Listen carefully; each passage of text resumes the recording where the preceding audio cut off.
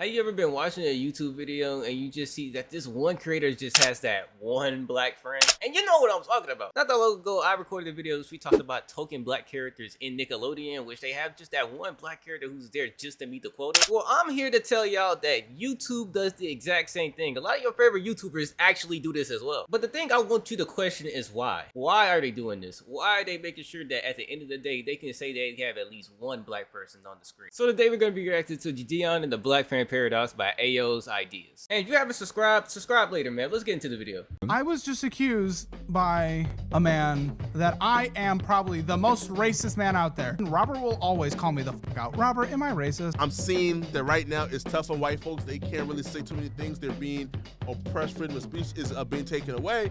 Yo, white lives matter because I rock with my white friends. I got no problem with that. I take accountability. I was naive. I thought him hanging out with me would change his mind.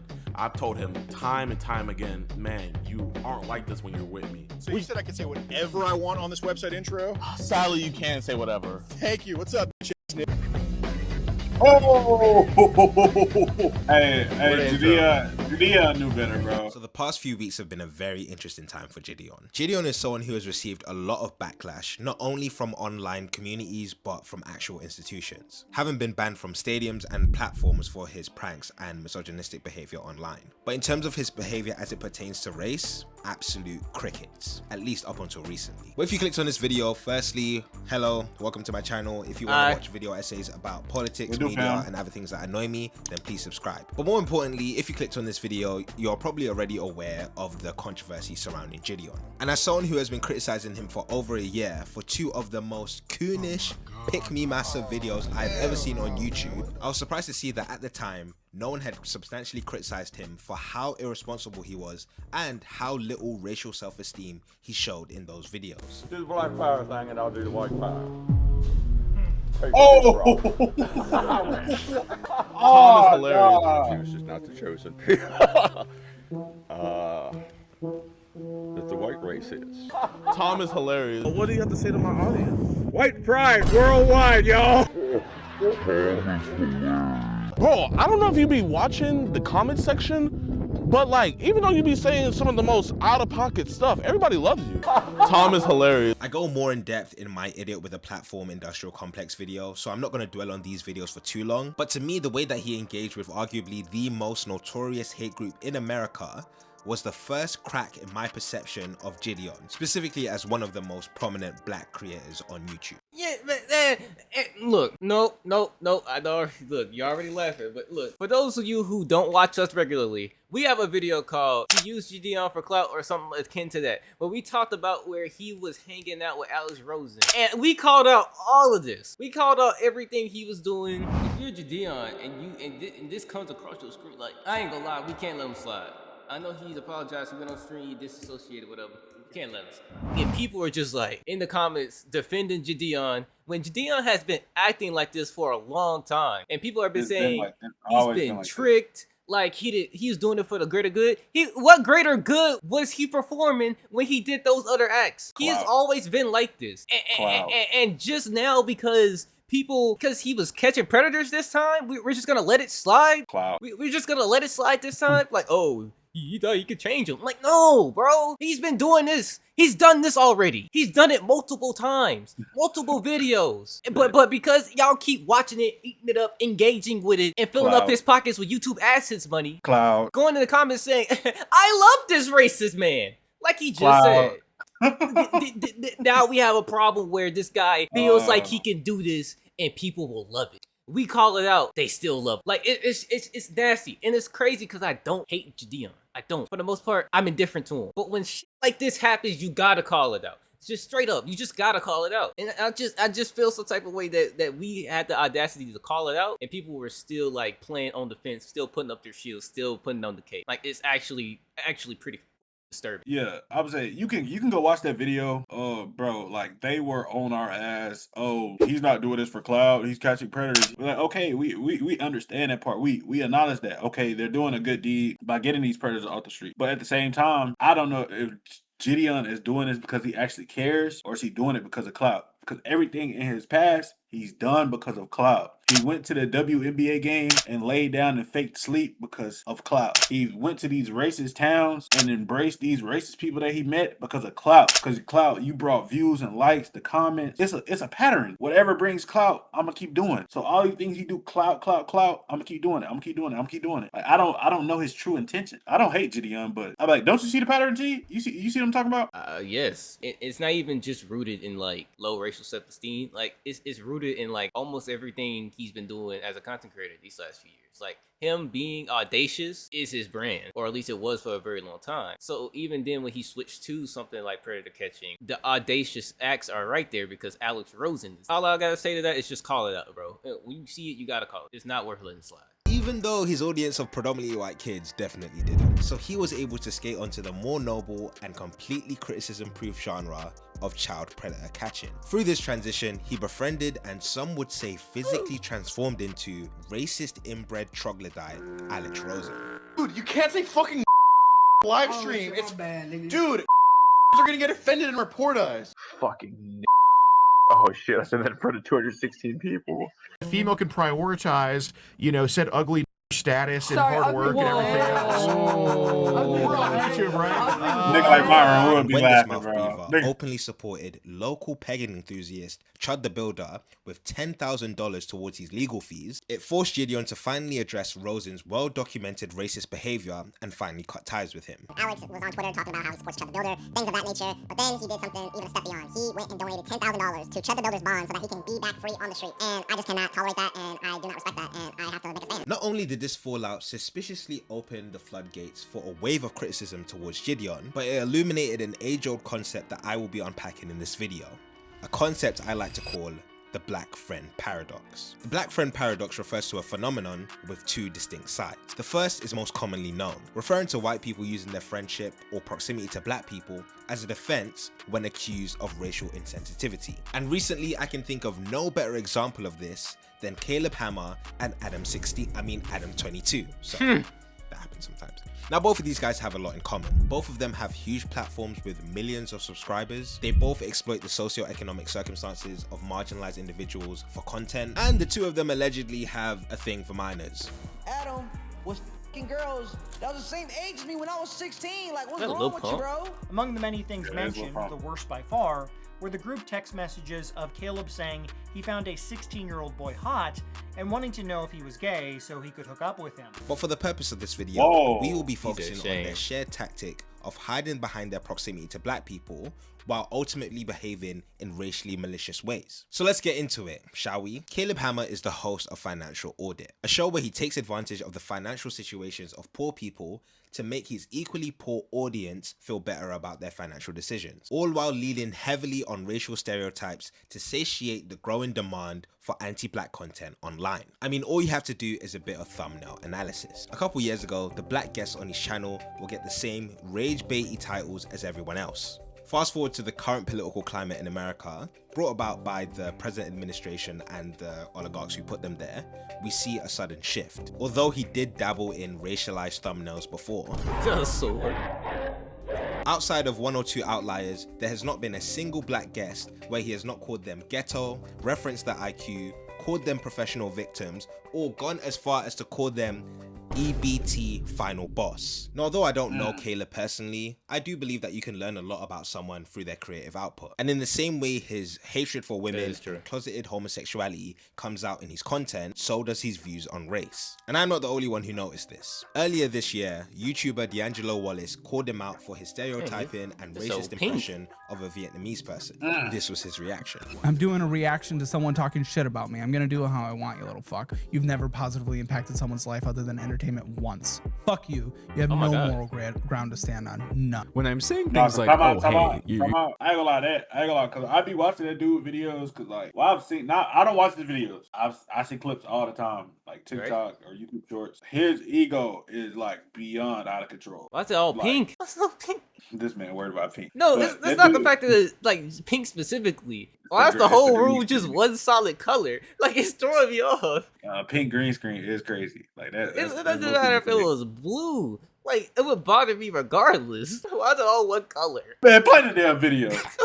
You doing something racist on your show, and your response is to call a black person on the phone. I was just accused by a man that I am probably the most racist man out there. If anyone is willing to call me on my shit because he knows like it's like nothing bad will ever happen, Robert will always call me the fuck out. Robert, am I racist? No, not racist. Okay. Well, thank you, Robert. Now the person. Did he just hit the my best friend is black in real time?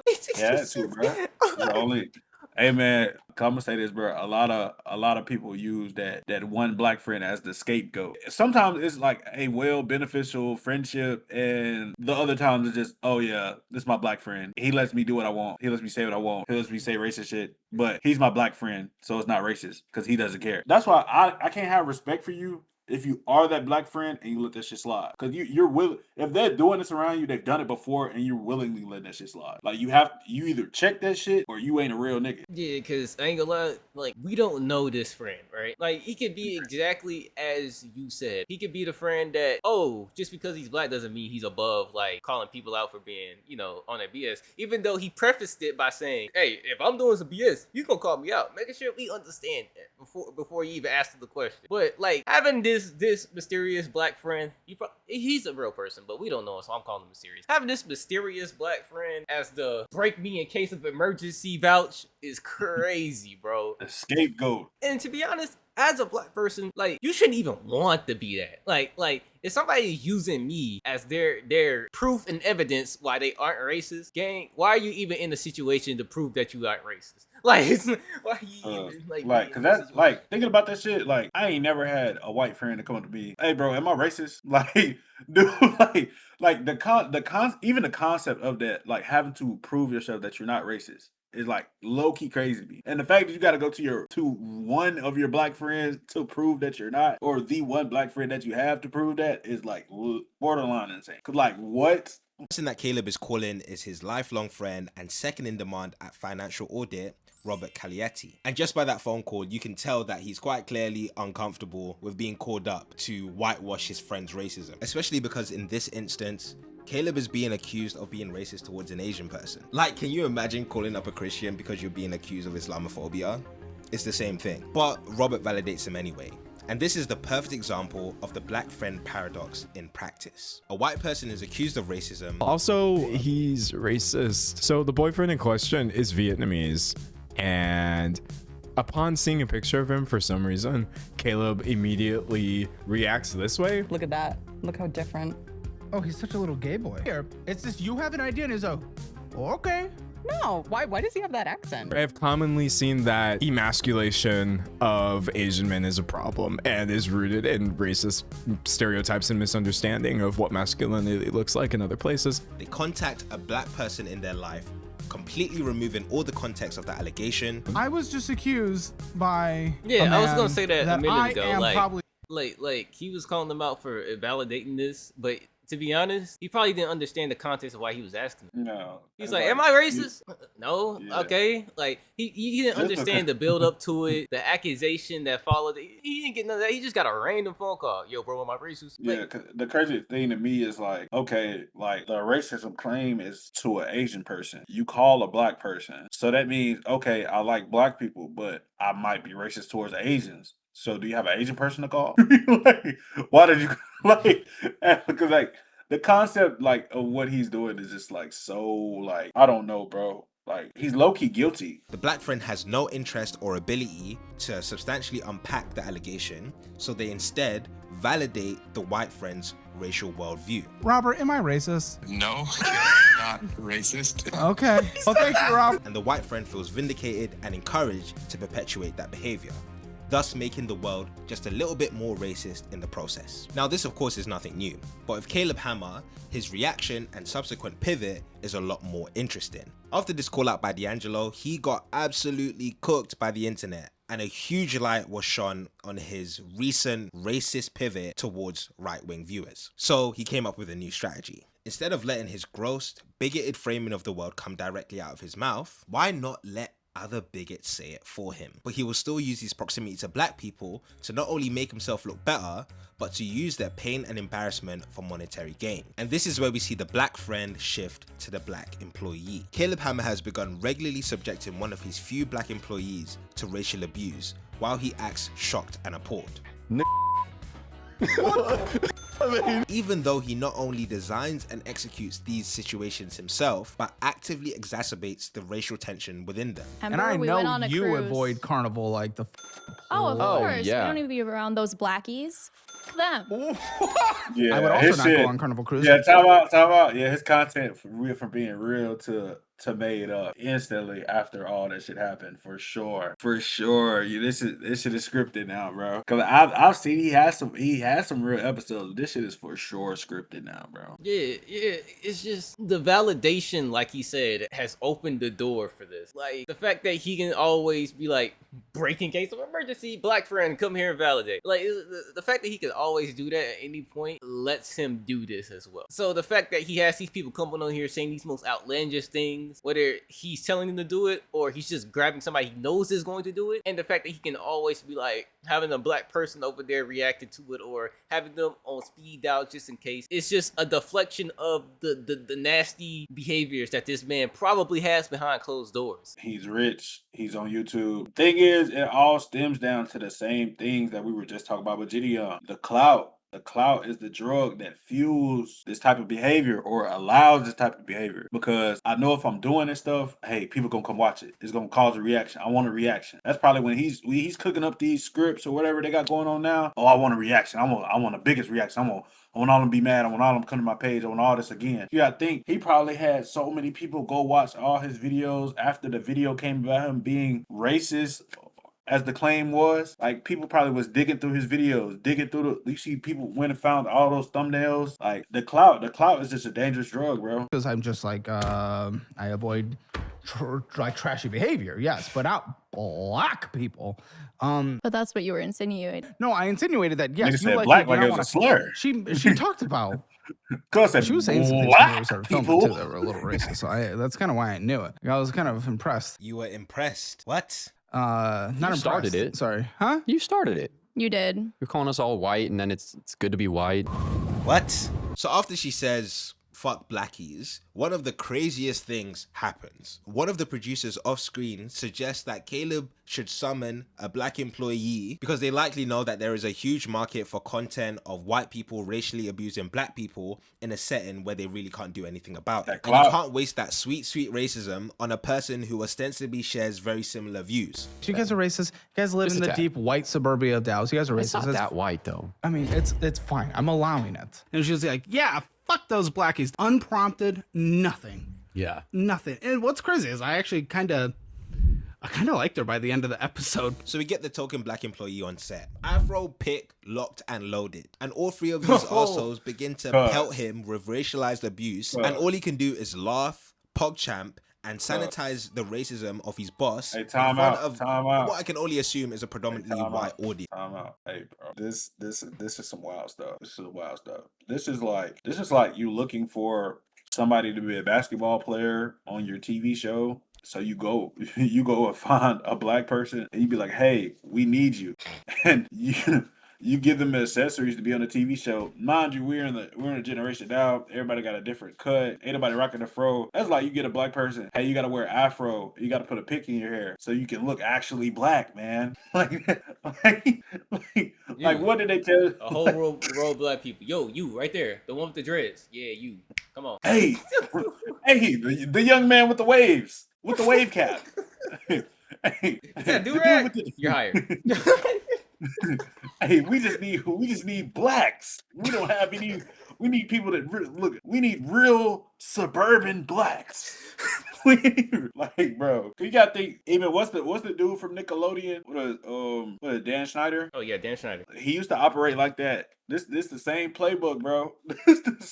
It's the same playbook. When he casted any black person, it wasn't just black, it was super black. You go and think about all the black people here. Like, you could think what the older black lady on Drake and Josh, nigga, Tebow with the beggars on the stick.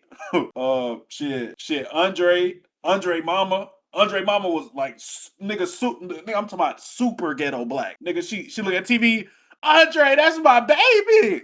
Nigga, that sound like my grandma, nigga. You said blackies? I did. You should see what she says at home in private. What did she say at home? I can't say that on camera. Actually, we're giving you permission. What the? She's scared right now. I'm not scared. Tyler's cool. Well, thank you. I appreciate that. But what the? Are you saying he's one of the good ones? Yeah. Isn't it easier to be white? That's true. Okay. Thank you. There is some criticism. He's This trolling. DEI stuff I've been you guys for a few years. But He's we're gonna roll trolling. with It's Barn. all clout, bro. Good It's question. all that. clout. Saying the N word around the house is not a You're saying joke. you've never let it rip He's once. literally trying to get her to Come say I it, don't bro. believe you. I've been friends with Robert since like elementary school. He backs me up. He knows I never said it. God, he's calling Robert. Break in case of Have I emergency. dreamed it? Of course, who doesn't? What? But I've never said it. You're good. Don't worry about it. No, guys, it's completely fine. Yeah, Tyler said it's cool. You need the validation. I just want your value. Exactly. You had to give him the validation. Exactly. That's crazy.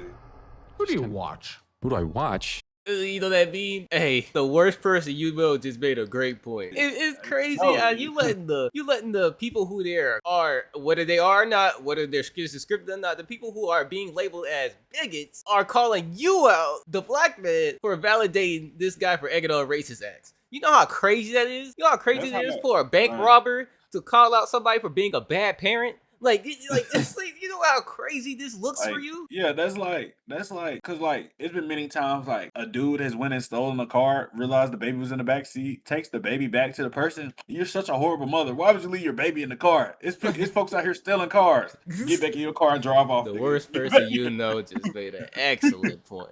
This is crazy person, bro.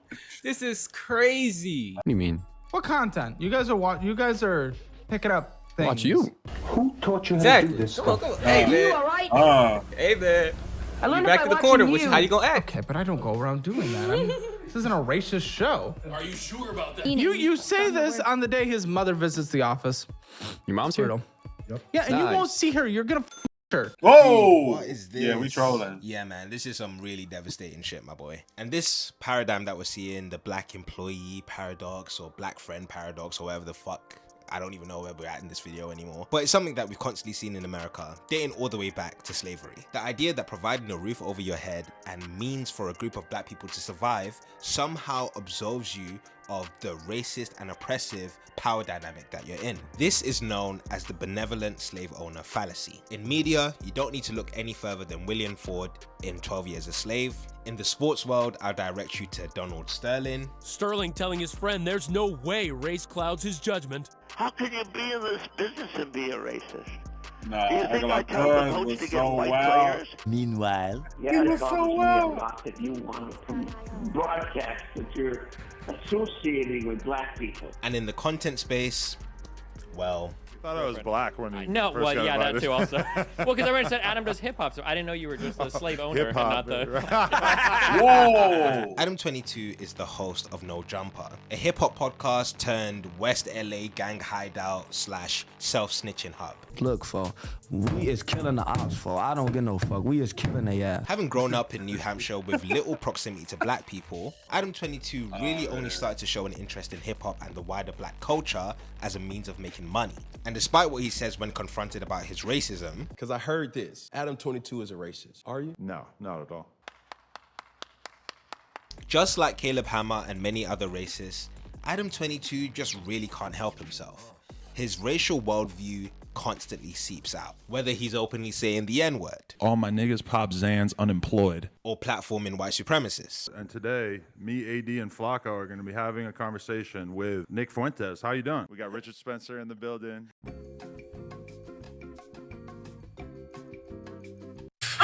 My ancestors enslaved those pieces of.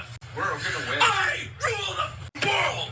Those pieces of get ruled by people like me. Or even more recently, and I can't believe this is the second time I'm mentioning him, but using the term chimping out, popularized by Chode the Builder, to describe himself smoking and drinking alcohol.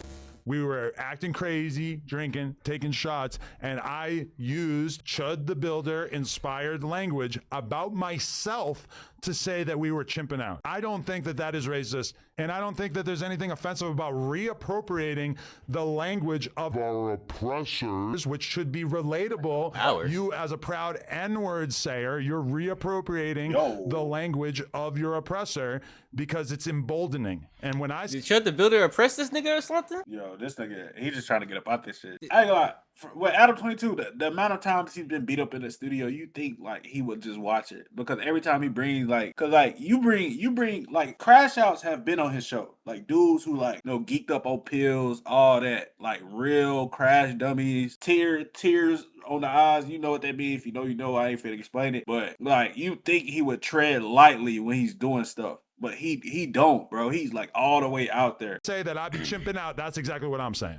Girl, shut the fuck up. You thought you ate that? And just like Caleb, pitting one of his black employees against a self-admitted racist for content, even though he not only designs and executes these situations himself, but actively exacerbates the racial tension within them. When I was describing this debate, I essentially referred to you as being sort of outwardly, openly racist. Yes. Does that seem like a true statement, or would you like to add caveats? No, I say that I'm racist. This kind of rise in white consciousness of their own race, where there's so many things throughout our, the last. Man, we gotta start calling out these people for platforming these individuals more often. I feel like people do it, but I feel like we're just not doing it enough. People if like the people around them is letting it slide, there's nothing nobody ever gonna do about it. That's why Jidion let dude slide. All these other Caleb slid this long. And it's probably a bunch of other people, but like if the people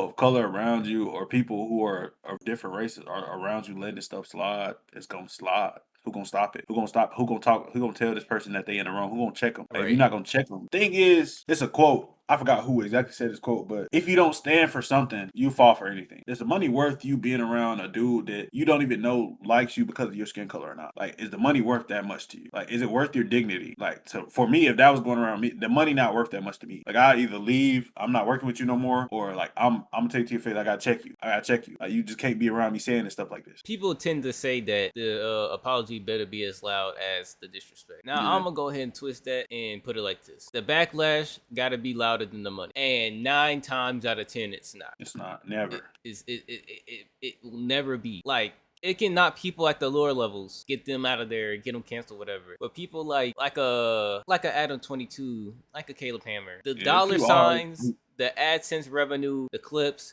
they bring more benefits than the person that's in the comment section hating. Because lo and behold, I don't know if y'all know this or not, there are hella racist people out there. Hella. So this is hitting for somebody. Even if you're not racist. If you find this shit funny, there's somebody out there who this is gonna hit and ring true for. Somebody who's sitting here watching this shit. Whether you're a racist or just somebody who just doesn't care. Like, those people exist, and those people are bringing money in these pockets. And the people who don't like this stuff, the people who like me and like Jada will make a video on this and talk about it, we are putting attention on it, but we're trying to put it in the way that this needs to be addressed and it needs to be called out. Because at the end of the day, I'm not watching the Adam 22 clip. I'm watching somebody's video about the Adam 22 clip. I will never directly support this bullshit. Well, what's your favorite meal, T? Your home cooked meal. What's your favorite home cooked meal? I ain't gonna lie, my brother makes a really good chicken and rice. Okay, chicken and rice. Yeah. Have you ever got you a big plate of chicken and rice, sat down, turned on YouTube, and be like, I'm finna go watch Adam 22?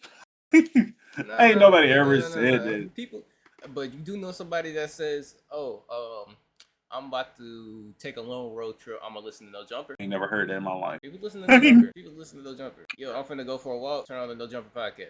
Listen to a couple episodes. Like a lot, especially after all the antics he done pulled, especially the stuff with who he married, what he let his wife do. Like, bro, he's just like, this is what, like, he'll do anything for clout. He's proven that, like, to the fullest extent, like, wherever clout is, because there was a point in time, like, he was falling off, and that's when he started doing the stuff with his wife and let his wife do that thing. But like, he's literally the clearest example, like, clout, like, to the peak, like, whatever I gotta do for clout, I'll do it, and he has done it throughout my life that I've observed, where it's like there's tribalism allowed by everybody except for white people. They're just not allowed to express any kind of solidarity or pride in being white, right? Are you on my side or their side? The British Empire, the Spanish Empire, the French Empire, they didn't benefit in any significant way from all those sugar plantations in the Caribbean, all those freaking banana plantations in South America. They didn't benefit from none of that. Well, no, of course they benefited from the plantations. In a major way? The trade. Yes, but the thing is, those wouldn't exist without the white people who went and made them. Isn't that an ingenious plot hatched by these evil white people, to be fair? But what the point feels like you're arguing that white people are capable of a degree of cultural control and manipulation that A, seems kind of unrealistic, and B, if true, is indicative of such masterful control over society that, like, shit, I guess they deserve whatever they ended up getting here, right? And yet, due to the inherent contradictions of the black friend paradox, when you ask the black people around him whether he's racist or not, this is what you get. I don't think Adam's racist. Do you guys think he's racist? No, me personally. Right. Yeah, I don't think he's racist. You know, I always respected the fact that you gave black people a job? shot. Adam employs us. He opens his door. He picks up his phone. Man, time out. A racist. Man, Adam profits off the stupidity of niggas. Everybody knows this. Everybody and their mama know this. If you haven't heard it before, like the rappers and all them be talking, they literally say, "Hey, bro, you go." Like people have noticeably like gone on Adam 22, self-snitched, and end up in jail later. Like, bro. Like he profits off the stupidity of niggas. He asks niggas questions that's like self-indicting. Oh, have you been spending the ops? Oh, you been popping perks? Oh, you be doing lean? What else you be doing? What you be doing in the hood? Like, and these niggas going there. Like these dudes are young, not PR trained. They just answer all these questions and just self-indict themselves. And Adam 22 just be sitting there laughing, let them do it. When it comes to people like Adam 22 and Caleb, they just are allowed to do these things because of a whole bunch of factors.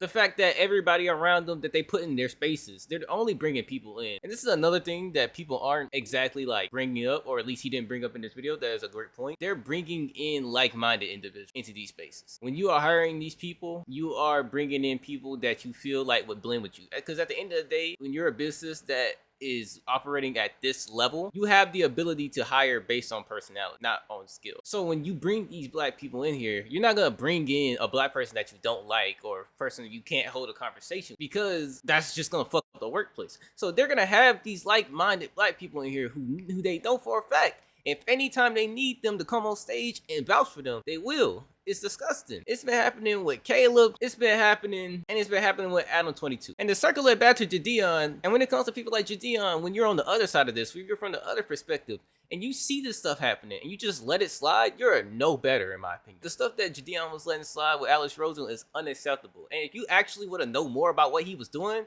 there's a video right here on the screen. I'm telling you, what he was doing was insane. If y'all want to check it out, please check it out. It is nuts. But if not, we will see y'all in the next video.